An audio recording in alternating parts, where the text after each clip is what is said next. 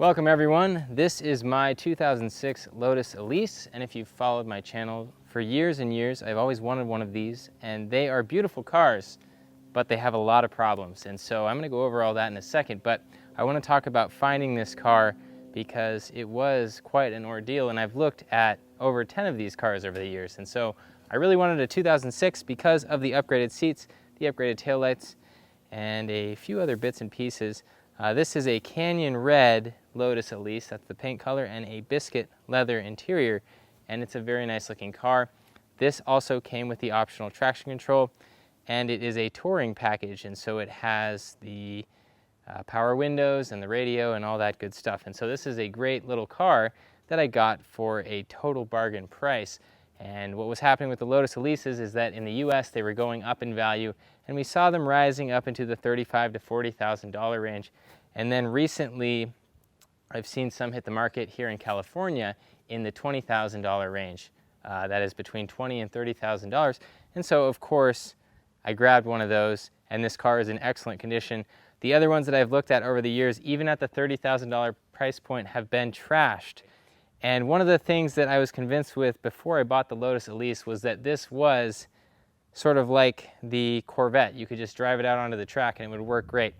But unlike American cars, the British people do not really build these cars to actually go on the track. The suspension is pretty much trash.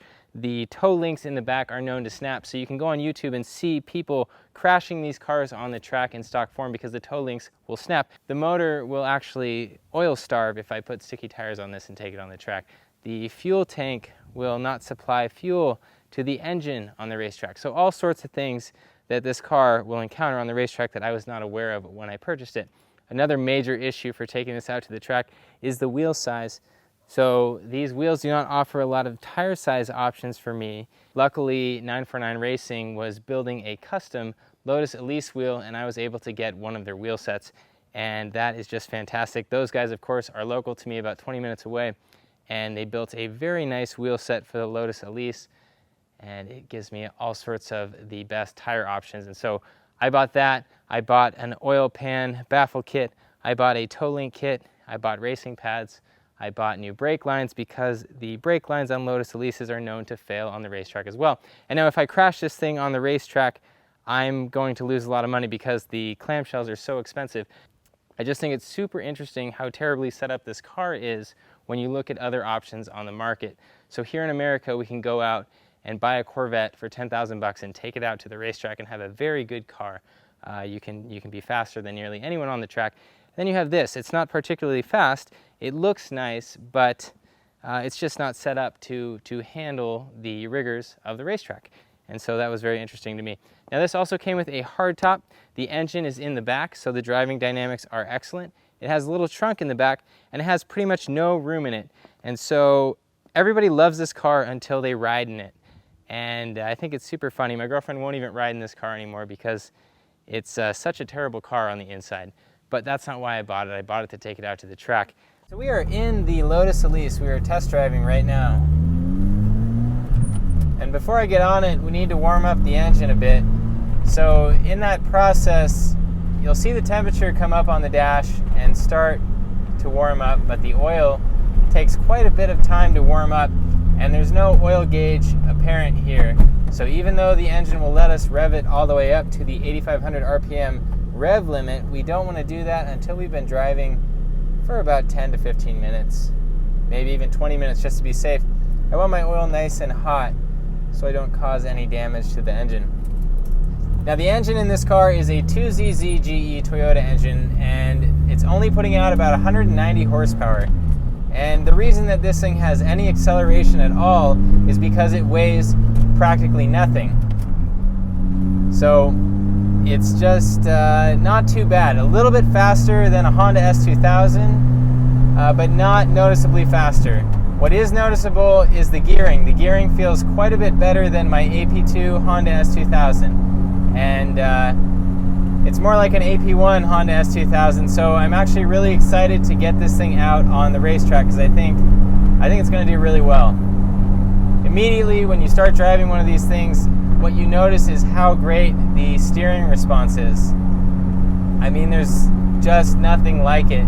And that's a major selling point of this car. You get in it and you drive it and you feel it and you say, wow, this is great. But if you're driving with a passenger, you'll be stuffed in your seat like this because there's no room. If you notice, my elbow is well into the passenger area, and that's because this car is totally useless for driving a passenger around. The cabin is so cramped in here. It's really unreal that some people daily drove these things because they're so impractical. Now, I spent the past few weeks daily driving this just to get a feel for it, to see if I could do it. And so if you're an older person looking at this car, one of the biggest problems with it is getting in and out of it. Especially if you're having joint problems or anything like that, you're going to have trouble getting in and out of the car. And that can be a major turnoff for some people. I've had some adults try to sit in my car and they don't even want to go for a ride after they sit in the car. It's already game over as soon as they sit in the car. I can't stress enough how uncomfortable it is to get in this car. I mean, some people may be overreacting in that regard. I don't have a problem with it, but a lot of people do. And so that's, it's a very important point. And now, driving this car on long distance, this car actually has the ProBack seats in it, and the seats are actually very comfortable on long drives. I drove this thing down to San Diego recently to pick up my new Corvette, and I had no problem driving this thing down there. It was great. My back doesn't hurt at all in this car, and I cannot say the same for some other sports cars that I've owned. It's very surprising. Once you're in this car, it's not bad at all. But then if you have a passenger, it's bad. And if you're on a hot day, it's also bad. And the reason it's bad on a hot day is because the air conditioning doesn't work super well in this car. So it seems to be that once it gets up over 95 outside, the air conditioning doesn't really do a great job of cooling the car off.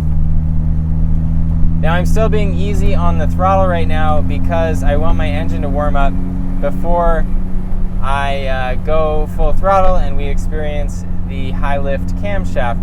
And now the variable camshaft in this car is very similar to what you'll find in the Honda engines. It has the same sort of kick when it crosses over to the high lift camshaft.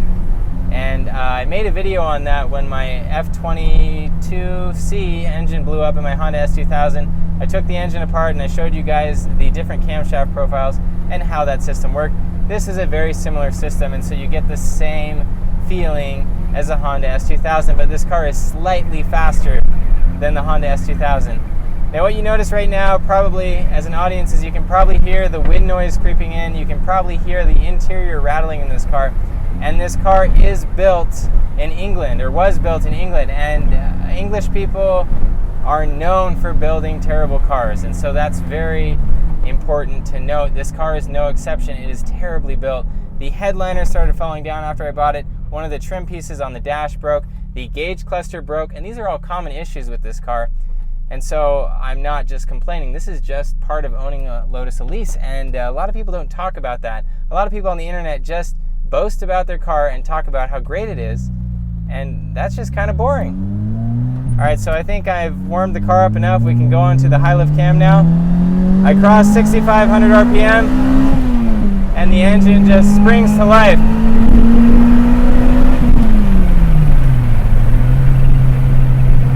I was definitely topping out at 55 miles per hour there and not 100 miles an hour. Very important to note that. I am driving the speed limit right now. And so, this is just a really fun car when you ignore the wind noise, when you ignore the terrible AC, when you ignore the terrible radio, when you ignore the poorly dampened suspension. You say, hey, this thing is just a total blast to drive. And the really impressive thing about these cars is how much value they have held over the years. They haven't depreciated a whole lot. And so one of the things that many people talk about is how you can drive a Lotus Elise for pretty much free, because you're not going to be paying a heavy toll on your depreciation expense.